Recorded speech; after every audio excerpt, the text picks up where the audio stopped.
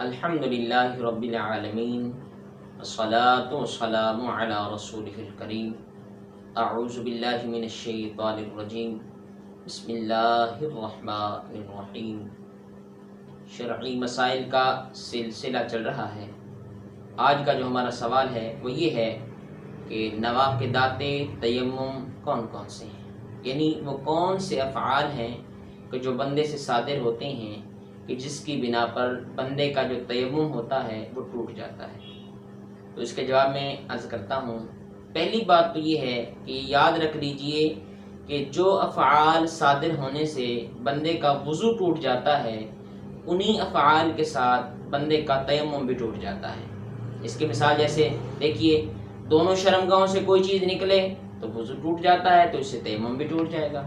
اسی طرح بندے کے جسم سے کسی بھی حصے میں، جسم کے کسی بھی حصے سے خون، پیپ یا پیلے پانی کا نکل کر جاری ہو جانا، اس سے وضو بھی ٹوٹ جاتا ہے تو تیمم بھی ٹوٹ جائے گا۔ اسی طرح نشے کا ہونا، پاگل پن کا ہونا، بے ہوشی کا ہونا، مجنون پن ہونا، تو ان تمام چیزوں سے جب وضو ٹوٹ جاتا ہے تو تیمم بھی ٹوٹ جائے گا۔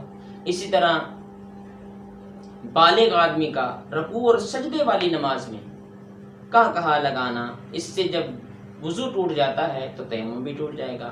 اسی طرح مرد اور عورت کی دونوں شرمگاہوں کا بغیر پردے کے، بغیر حجاب کے جمع ہونا، اس سے جب وضو ٹوٹ جاتا ہے تو تیمم بھی ٹوٹ جائے گا۔ اسی طرح ٹیک لگا کر، سہارا لگا کر سو جانا، اس سے جب وضو ٹوٹ جاتا ہے تو تیمم بھی ٹوٹ جائے گا۔ لیکن دو چیزیں اس میں اضافی ہیں۔ نمبر ایک یہ کہ پاک پانی کے استعمال پر قادر ہونا۔ جیسے بندہ پاک پانی کے استعمال پر قادر ہوگا تو اس کا جو تیمم ہے وہ فی الفور ٹوٹ جائے گا، کیونکہ پانی کی وجہ سے، پانی کی عدم موجودگی کی وجہ سے ہی تیمم کرنا اس پر لازم ہوا تھا۔ تو جب پانی اب اس کے پاس وافر مقدار میں آ گیا ہے، اس کے استعمال پر قادر ہے، تو جیسے ہی اس کے استعمال پر پانی کے قادر ہے تو اس کا جو تیمم ہے وہ فی الفور ٹوٹ جائے گا، چاہے وہ نواقضات وضو میں پائے جائیں یا نہ پائے جائیں۔ اور نمبر دو یہ کہ جس عذر کی وجہ سے اس پر تیمم کرنا لازم ہوا تھا، اس عذر کا اٹھ جانا۔ مثال کے طور پر باہر شیر کھڑا تھا، اب وہ کہتا ہے کہ پانی تو میرے پاس ہے لیکن میں باہر جاتا ہوں شیر مجھے مار ڈالے گا، تو اس شیر کا سامنے کھڑا ہونا یہ عذر ہے کہ اس کو جان کا خطرہ ہے۔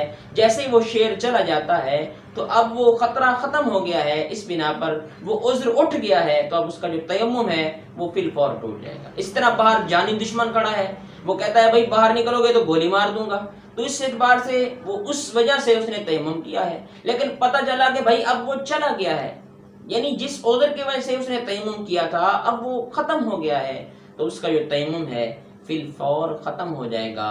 اب وہ وضو کر کے ہی ان عبادات کو بجا لائے گا کہ جن کو بغیر وضو کے ادا کرنا جائز نہیں ہے۔ ھذا ما عندی واللہ اعلم بالصواب۔